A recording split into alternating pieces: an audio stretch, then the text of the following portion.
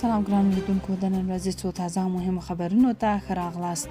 پښتون وایي که د خیبر جرګه عملي شوې وای پښتانه به اوس بېوسه نه وو. د پښتون ژغورنې غورځنګ مشر منظور احمد پښتون ویلي که د خیبر جرګې پریکړه عملي شوې وای نن به پښتنو خپل متحد سیاسي مرکز او منظم امنیتي نظام درلود.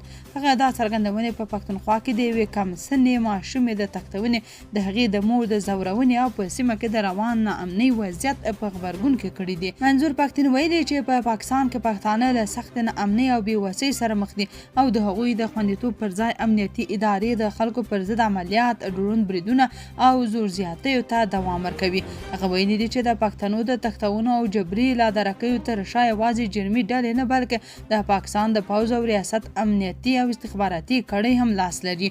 د نوموړي په وینا په وروستیو میاشتو کې یو شمېر پښتانه فعالان او عام وګړي نیول شوي او تر اوسه د برخلیک په اړه معلومات نشته.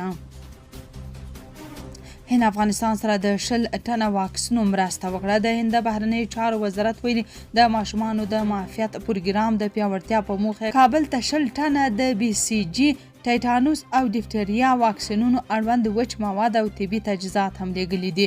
د هند بهرنیو چارو وزارت په یو بیان کې ویلي دغه مرسته د افغان ماشومانو د روغتیايي خدماتو د ښه کولو او د معافیت ملي پروګرام د پیاوړتیا لپاره ترسره شوې ده.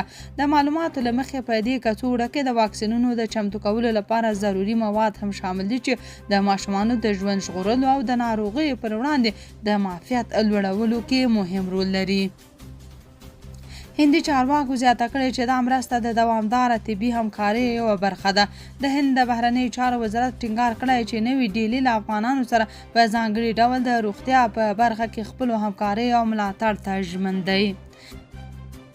محمود خان اڅکزي په پښتونخوا کې د یوې کم سنې ماشومې د تښتونې پیښه جدي بللې او ویلي دي که د پاکستان واکمن د خلکو د خوندیتوب توان نه لري نو خلک به خپل برخلیک په خپله وټاکي.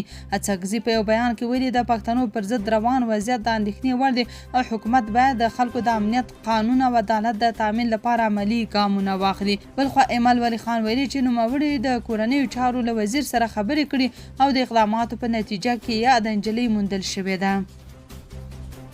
یوناما یو ځل بیا د کابل په روغتون د برید د څېړنو غوښتنه وکړه. د ملګرو ملتونو ځانګړي راپورټر ریچارډ لینډزي یو ځل بیا کابل کې د روږدو پر یو روغتون د پاکستان د هوایي برید د بشپړې خپلواکي او رڼې څېړنې غوښتنه وکړه. ریچارډ بینټ ویلي د مارچ میاشتې په 14مه د پاکستان له لوري پر امید روغتون شوی برید چې پکې د څه باندې 209 ملکي وګړو وژل کېدل تایید شوي باید په بشپړه او خپلواکه توګه وڅېړل شي. هغه خبرداری ورکړه چې پر ملکي وګړو یا ملکي تاسیساتو قصدي بریدونه د جنګي جرم مصداق کېدای شي. بینټ همدارس له طالبانو غوښتي چې په روغتیايي او بیا رغنیزو مرکزونو کې د ناروغانو امنیت تضمین کړي. دغه څرګندونې داسې مهال کېږي چې په افغانستان کې د روان کال د ملکي تلفاتو له تر ټولو خونړیو پیښو څخه یوې په تړاو د حساب ورکونې غوښتنې زیاتې شوې دي. د یوناما د وروستي راپور له مخې په دغه برید کې 209 ملکي وګړي وژل شوي او 22 نور ټپیان شوي دي. د بلوچ ازادۍ غوښتونکي د بلوچستان یو شمېر لویو لارو ته راوتلي. د خزدار په وانګو سیمه کې د چین د سیپاک پر لار څو ساعتونه تلاشي هم کړې او د لویو لارو کنټرول په خپل لاس کې اخیستی. سرچینې وایي بلوچ ازادۍ غوښتونکو د زیارت او هرنایي ولسوالۍ لویې لارې ته څیرمه په مانګي سیمه کې له ډبرو سکرو، بار موټرونو او د سړک جوړولو ماشینریو ته هم اور ورته کړی او سوځولي دي. د سرچینو په وینا کله چې پاکستاني امنیتي ځواکونو سیمې ته د ورتګ هڅه کوله له ازادي غوښتونکو سره په نښته اوښتي. په ورته وخت کې د ډالبندین، چهتر او د کوټې تفتان پر لاره هم تلاشي کړې او د سندک پروژې لپاره د تیلو وړونکي ټانکرونه او موټرونه سوځولي دي.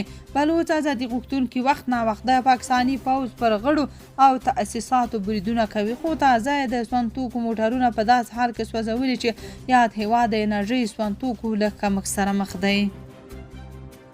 د پاکستان د پوځ مشر له ایراني چارواکو سره د خبرو لپاره تهران ته ورسید.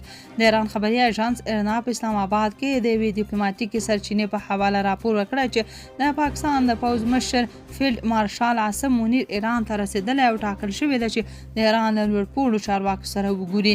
عاصم منیر ایران ته دا سفر پر داسې مهال کړی چې د پاکستان د کورنیو چارو وزیر محسن نقوي د درېیمې پرله پسې ورځې لپاره په تهران کې دی او له بېلابېلو لوړپوړو ایراني چارواکو سره کتلي دي. پاکستان د امریکا او ایران په خبرو اترو کې منځګړیتوب کوي او څارونکي په دې باور دي چې د پاکستان د پوځ مشر او د کورنیو چارو وزیر د دې سفر په جریان کې تهران ته د واشنګټن د پیغام په رسولو کې بوخت دي. دا په تیرو 5 اونیو کې تهران ته د پاکستان د پوځ مشر دوهم سفر دی. له ایران او پاکستان نږدې 40,000 کډوال افغانستان ته ستانه شوي.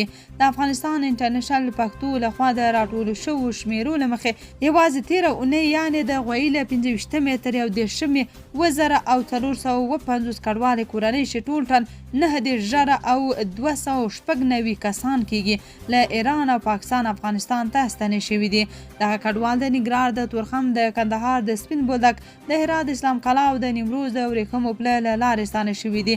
له یادې ډلې 6,000 او 133 کورنۍ د تورخم له لارې 680 د سپین بولدک له لارې 440 د ورېښمو پله له لارې او 192 کورنۍ د اسلام قلعه له لارې افغانستان ته ستنې شوي دي. دغه شمیرې چې د کډوالو ستونزو ته د رسېدنې عالي کمیسیون له ورځنیو راپورونو راټولې شوي پکې راغلي چې له راستنو شوو کورنیو سره د اړتیا وړ مرستې هم شوي دي. دا په داسې حال کې ده چې د ملګرو ملتونو لخوا خپاره شوي راپورونه ښیي چې د کډوالو پراخو څپو سره په افغانستان کې د فقر کچه نور هم لوړه شوې ده. بلخوا د بشري حقونو بنسټونو او د کډوالو ملاتړو سازمانونو له ګاونډي هیوادونو د افغان کډوالو پر ایستلو په وار اندېښنه څرګنده کړې ده. امریکا و ایران سره خبرو کې د پرمختګ نښې لیدل کېږي. د امریکا د بهرنیو چارو وزیر مارکو روبیو د ناټو غونډې په څنډه کې د ایران له حکومت سره د روانو مذاکراتو په اړه وویل چې واشنګټن د دغه خبرو پایلو ته په انتظار دی. د هغه په وینا په دغه خبرو کې د پرمختګ ځینې نښې لیدل شوي دي. د امریکا د بهرنیو چارو وزیر مارکو روبیو زیاته کړې چې موږ د دغه خبرو پایلو ته انتظار یو چې د پرمختګ ځینې نښې لري. نه غواړم په دې اړه مبالغه وکړم. محدود پرمختګ شوی او دا مثبت ګام دی خو بنسټیز اصول لا هم نه دي بدل شوي. مارکو روبیو ټینګار وکړ چې د ایران حکومت باید هیڅ کله اټومي وسلې ترلاسه نه کړي. هغه زیاته کړه د دې موخې د عملي کېدو لپاره باید د یورانیم غني کولو مسله او همدارنګه د غني شویو یورانیم موضوع وڅېړل شي او ترڅنګ د هرمز تنګي مسله هم باید په پام کې ونیول شي. د افغان ښځینه و کرکټ جلاوطنه لوبډله به د روان کال یعنې د جون په 22 انګلستان ته خپل تاریخي سفر پیل کړي.